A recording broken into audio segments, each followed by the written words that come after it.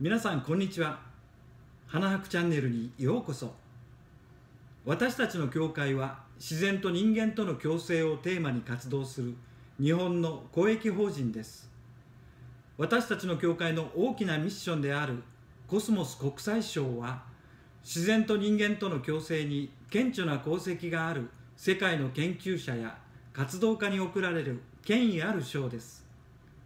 これから皆様にご覧いただくショートムービーは、コスモス国際賞を2006年に受賞されたラマン・スクマール博士からのメッセージです。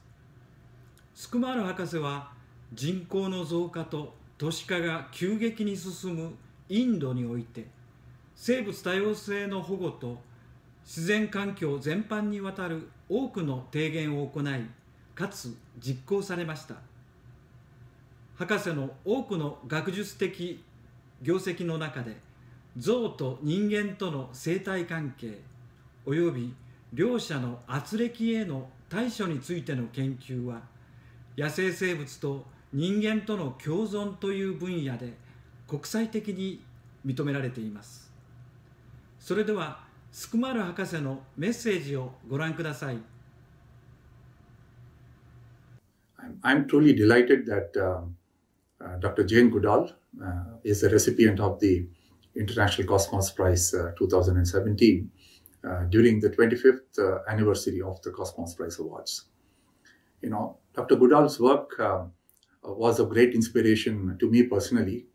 When I was a teenager, still deciding, what I want to do with my life, and among many other inspirations, her book, In the Shadow of Man, I think gave very deep insights, into human nature. At the same time, when I was growing up, I realized that humans were making major transformations to the earth that had very serious implications for the future of life on our planet.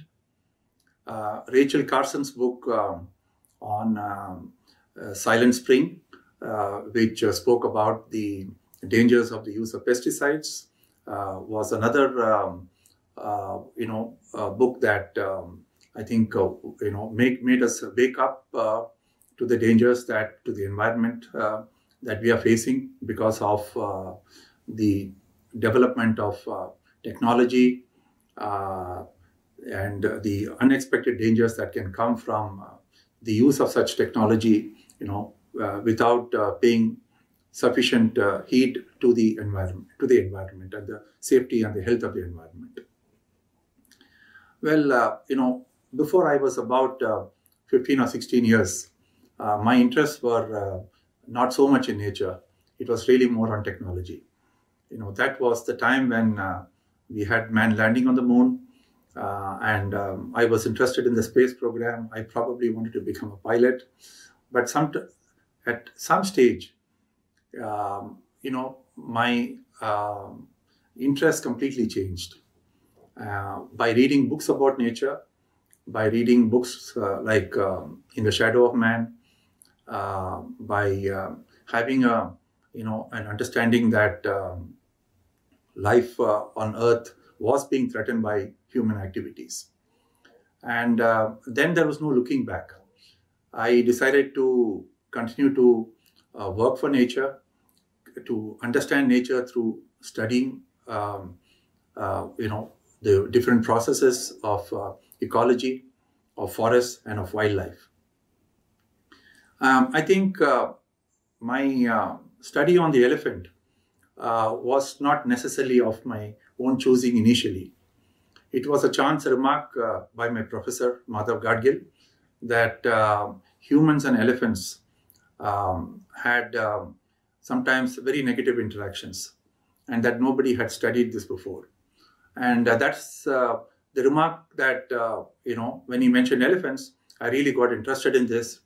And I really began to study the interactions between elephants and people. And I tried to understand these interactions in the context of the framework of ecology. I then realized that it was very important for us to try and mitigate the negative interactions, because very often people suffered from the consequences of elephants going and raiding crops and sometimes killing people. And it was remarkable that in countries like India and Sri Lanka, there was a great cultural significance to the elephant, and therefore farmers put up with the elephant depredations. But very often elephants too would get killed in this retaliation.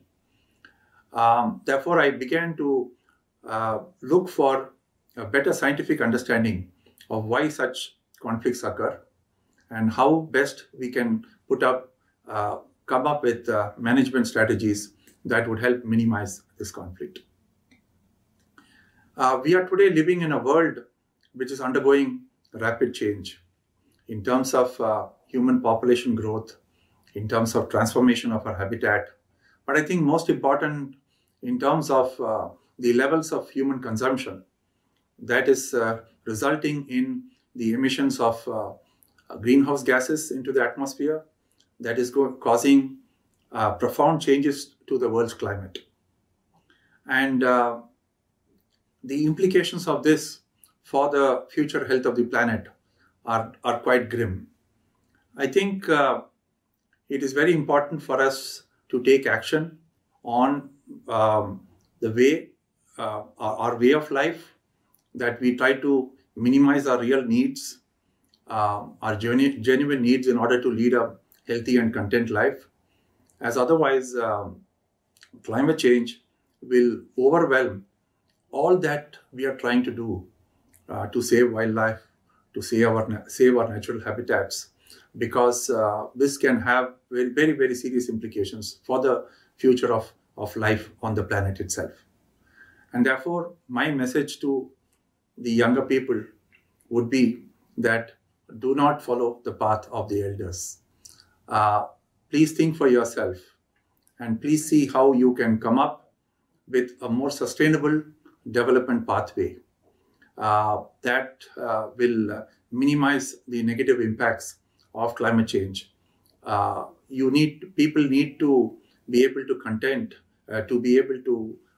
be content with less consumption, because that would then mean that our energy needs would be minimized, and therefore the health of the planet would not be compromised in the coming decades.